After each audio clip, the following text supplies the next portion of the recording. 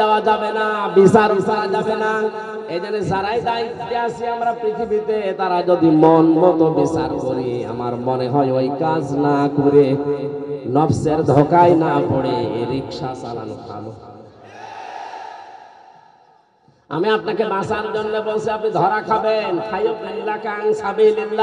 আল্লাহ আপনাকে তার পথ থেকে দূরে সরিয়ে দেবে। আর আল্লাহর পথ থেকে দূরে সরে গিয়ে তামাম দুনিয়ার মালিক হয়ে আপনি কি করবেন? চোখ বন্ধ হওয়ার পরে ওইগুলো সব জাহান্নামে নেওয়ার জন্য ব্যস্ত হয়ে পড়বেন।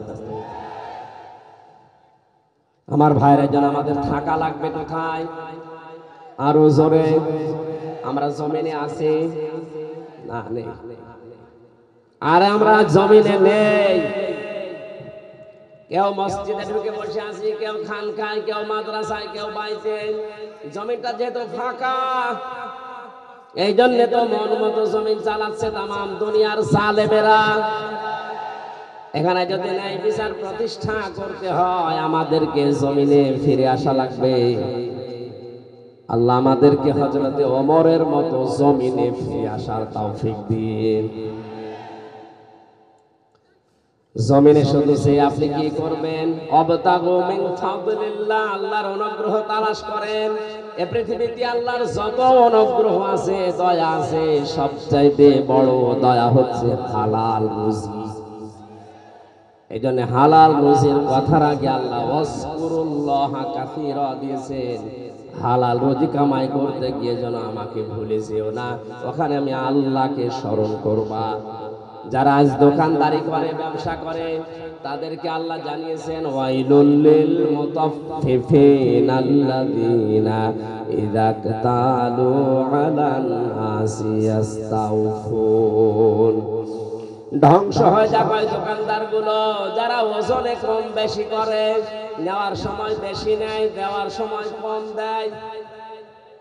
এটা শুধুমাত্র যারা দোকানদারি করে, ব্যবসা করে, এদের জন্যই না, তামাম পৃথিবীর সবার জন্য এই আয়াত। কথা বলে না কেন? যারা শিক্ষকতা করে, প্রাইমারি থেকে বিশ্ববিদ্যালয় পর্যন্ত যারা শিক্ষক, এরা ক্লাসে যেগুলো শিক্ষা দেওয়ার কথা অধিকাংশ হক আদায় করে না। এই জন্য কোচিং করা লাগে, এই জন্য প্রাইভেট পড়া লাগে।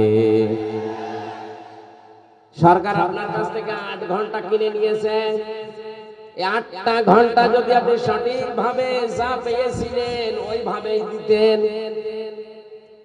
বিশ্ববিদ্যালয়ের শিক্ষক হওয়ার জন্য কত যোগ্যতা অর্জন করা লাগে, কত কিছু, কত জায়গা থেকে নেওয়া লাগে। এত কিছু নিয়ে আপনি ডক্টর হয়েছেন, অথচ দেওয়ার সময় ছাত্রদেরকে এই ক্লাসে দিতে চায় না, বলে আলাদা করে প্রাইভেট পড়া লাগবে, কোচিং করা লাগবে। উনি অন্য জায়গায় যে ক্লাস নেবে। জোরে বলেন নাউজুবিল্লাহ। আল্লাহর কসম, কোরআনে কারীম আমার সামনে, আপনি ধরা খাবেন স্যার। কারণ আপনি নেওয়ার সময় কত বেশি নিয়েছেন আমি জানি। আমার ভার্সিটির যারা স্যার ছিল অধিকাংশই তো মিশরের, সৌদি আরবের। ডক্টর জিয়াদ, এত বেশি তার জ্ঞান ছিল। ডক্টর লোকমান, আমার মনে হয় সারাটা জীবন যদি লোকমান স্যার কথা বলে, আমার সারা জীবনে শুনতে শুনতে যাবে। এত জ্ঞান আল্লাহ তাকে দিয়েছে। আমি শুধু লোকমান স্যারকে না, লোকমান স্যার অনেক ভালো, অনেকগুলো স্যারকে অন্যান্য বিভাগের কথা বলছি। শুধু বিশ্ববিদ্যালয় না, কলেজে আছে সিস্টেম, মাদ্রাসায় আছে সিস্টেম, প্রাইমারি আছে সিস্টেম।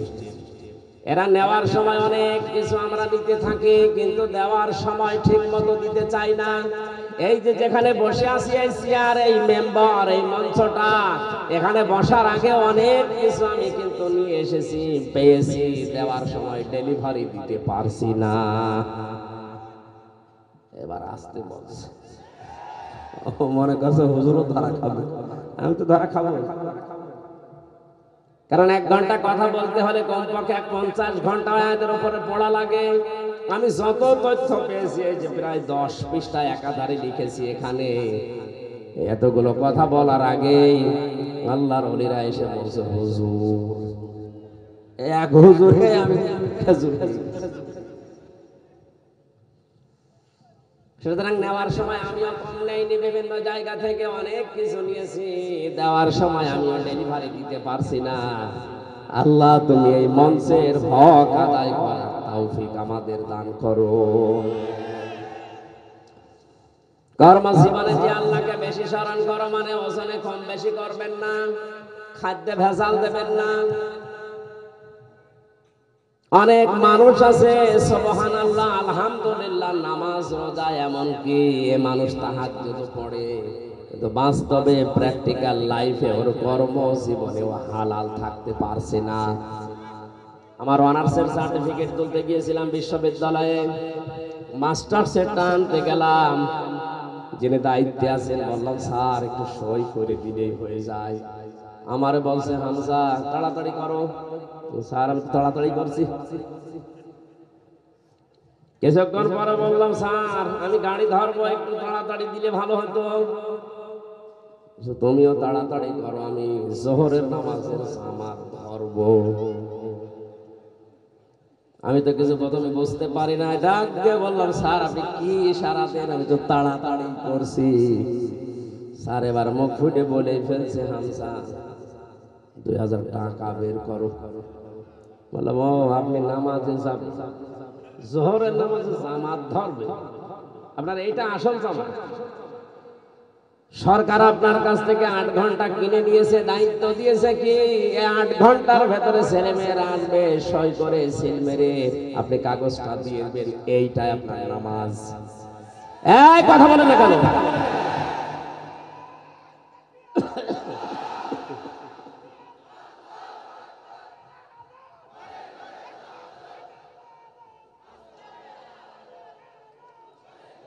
বসে বসে বসে।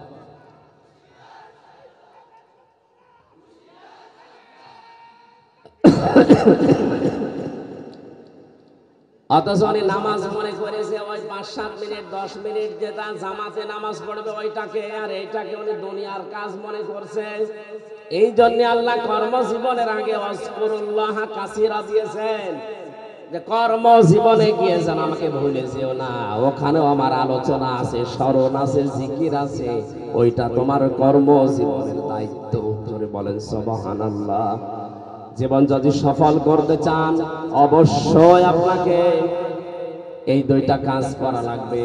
এই জন্য মসজিদে মানুষ যখন প্রবেশ করে ডান পা দিয়েই বলে আল্লাহুম্মা ইন্নী আসআলুকা মিন ফাদলিকা, হে আল্লাহ আমি তোমার কাছে তোমার অনুগ্রহ চাই, দয়া চাই।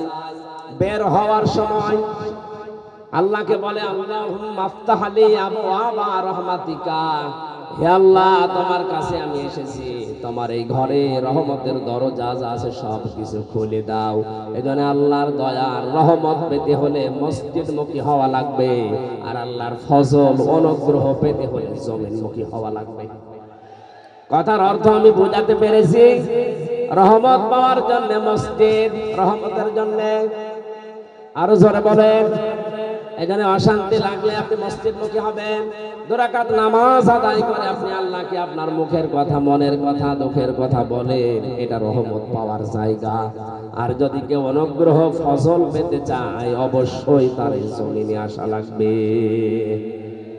জমিনে এসে আমরা যেহেতু মুসলিম, 96% মুসলমানের দেশে আমরা আমাদের মালিককে আমরা ভুলে যাব না, কাজ করে খাবো। যে যেই কাজ করে খাবে সেই জায়গায় সে আমার আল্লাহর বন্ধু। আল কাসিবু হাবিবুল্লাহ, যারা কাজ করে খায় এরা সরাসরি আল্লাহর বন্ধু। কেউ ডিসি যে সে কাজ করে খাচ্ছে, শুধু ডিসি হলে সে আল্লাহর বন্ধু হবে না। আল কাসিবু এটা ব্যাপক অর্থবোধক শব্দ। যে কোন কাজ যারা করে, রাস্তা যদি ঝাড়ু দেয় এটাও কাজ। এটা কি বলেন বলেন? পৃথিবীর কোন কাজ ছোট না, পৃথিবীর কোন কাজ ছোট না। টয়লেট যারা পরিষ্কার করে এটাও কাজ। এটা যদি সঠিকভাবে দায়িত্ব পালন করে ও আল্লাহর বন্ধু। এজন্য কাজকে ছোট মনে করা, ঘৃণা করা, কাজকে ছেড়ে দেওয়া জায়েজ নেই। যে কোনো কাজ করেন কিন্তু কাজটা হওয়া লাগবে ভালো। কি আল্লাযী খালাকাল মাউতা ওয়াল হায়াতা লিয়াবলুওয়াকুম আইয়ুকুম আহসানু আমালা। আল্লাহ পাক বলেন, মানুষের মওত আর হায়াত সৃষ্টি করে দুনিয়ায় পাঠালাম কেন জানো? আমি পরীক্ষা করতে চাই তোমাদের ভেতরে কে ভালো কাজ করতে পারে। কি কাজ? আপনি এজন্য যে কাজই করবেন কাজটা যেন আপনার ওই আয়াতে ভালো হয়। যারা টাইলস মিস্ত্রি আছেন, যারা মোজাইক মিস্ত্রি আছেন, যে কোনো কাজ আপনি ছোট মনে করবেন না, ওইটাই আপনার জীবনে অনেক বড় কাজ। কিন্তু যতটুকু পারেন সর্বোচ্চ ভালোটা দেওয়ার চেষ্টা করবেন। লাকাদ খলাকনাল ইনসানা ফি কাবাদ। আমি মানুষকে কষ্টের পরে কষ্ট সহ্য করার জন্যই বানিয়েছি। ওই জন্য আমাদের কষ্ট করা লাগবে। যে যেখানে আমরা আছি ওই জায়গায় কষ্ট স্বীকার করে হলে কাজটা সুন্দর করে দুনিয়ার মানুষকে উপহার দেওয়া লাগবে। ইয়া আইয়ুহাল ইনসানু কাদহান ফামুলাকি। হে মানুষেরা, তোমার রবের কাছে যদি পৌঁছাতে চাও তাহলেও তোমাকে কঠোর পরিশ্রমের মাধ্যমে পৌঁছানো লাগবে। এই জন্য পৃথিবীর কোন কাজ যেহেতু ছোট না, যে কাজে আছেন আপনি নিজেকে ছোট মনে করবেন না। মনে করছেন আমি তো দোকানদারি করে, আর একজন ডিসি আছে, একজন এমপি, ওর অনেক বড় না। কাজ তো কাজই। প্রত্যেক কাজ যদি কেউ সঠিকভাবে পালন করতে পারে, সে আর সাধারণ মানুষ থাকে না, সে সঙ্গে সঙ্গে আল্লাহর বন্ধু হয়ে যায়। আল্লাহর যদি কেউ বন্ধু হয়, আল্লাহু ওয়ালিয়ুল্লাযীনা আমানু ইখরিজুহুম মিনাজ যুলুমাতি ইলান নূর। ঈমান যারা আনে আমি আল্লাহ তাদের বন্ধু হয়ে যায়। আমার দায়িত্ব হয়ে যায় তাদেরকে অন্ধকারের রাস্তাগুলো থেকে আলোর দিকে, ইসলামের দিকে, জান্নাতের দিকে বের করে নিয়ে আসা। জোরে বলেন সুবহানাল্লাহ। আল্লাহ আমাদের জীবন সফল করার জন্য যে পদ্ধতিগুলো দিলেন, এখন থেকে জীবনে যতদিন হায়াত আছে নামাজের সময় আসলেই নামাজ, নামাজ শেষ আর বসে থাকবো না। নামাজের পরে যাব কোথায়? কাজে। কোথায়? যে যেই ধরনের কাজ পেয়েছেন কাজ করেন। ওই কাজে যে সঠিক থাকতে পারলে আপনি আল্লাহর ওলি হয়ে, বন্ধু হয়ে দুনিয়া থেকে বিদায় নিতে পারবেন। আল্লাহ আমাদের তৌফিক দিন। জোরে বলেন আমিন। মা বোন যারা এসেছেন তাদের জন্য মাত্র কয়েকটা ওয়াজ করছি তিরমিজি শরীফ থেকে। সম্মানিত মা বোনেরা, আপনার তাওয়াক্কুল হওয়া লাগবে হযরতে হাজিরা রাদিয়াল্লাহু তাআলা আনহার মতো। আপনার ইবাদত বন্দেগী হওয়া লাগবে হযরতে মরিয়মের মতো। আপনার দৃঢ় ঈমান তৈরি করা লাগবে হযরতে আসিয়া রাদিয়াল্লাহু তাআলা আনহার মতো। আপনার স্বামী ভক্তির উদাহরণ হওয়া লাগবে খাদিজাতুল কুবরা রাদিয়াল্লাহু তাআলা আনহার মতো। আপনার জ্ঞান অর্জন করার স্পৃহা থাকা লাগবে হযরতে আয়েশার মতো।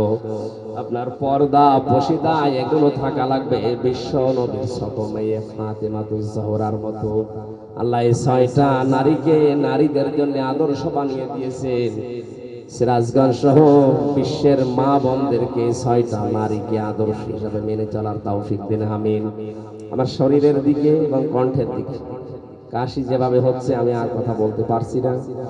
সামনে শরীর সুস্থ হোক, ভালো হোক, পরিবেশ আসলে কথা বলবো। এখন মুসাফির, মজলুম এবং অসুস্থ, এই 3টা বিষয় সামনে রেখে আমরা একটা মোনাজাত করছি। আল্লাহুম্মা আমিন। এই মোনাজাতটা বসে করেন ভাই। রব্বানা যালামনা আনফুসানা ওয়া ইল্লাম তাগফির লানা ওয়া তারহামনা লানাকুনান্না মিনাল খাসিরিন। রব্বুল আলামিন, সারাটা জীবন অপরাধ করে জীবনটা নষ্ট করে ফেলেছি। হাত উঠায় কথা বলবো ভয় করে, লজ্জা করে। জীবনের অপরাধের দিকে তাকালে তোমার জান্নাতের আশা করা যায় না। আমাদের জীবনের অপরাধের দিকে তাকালে হয়তো তোমার ক্ষমা করতে ইচ্ছেও করবে না। অপরাধের দিকে তাকিও না, তোমার রহমতের দিকে, তোমার অনুগ্রহের দিকে তাকিয়ে তুমি মাফ করে দাও।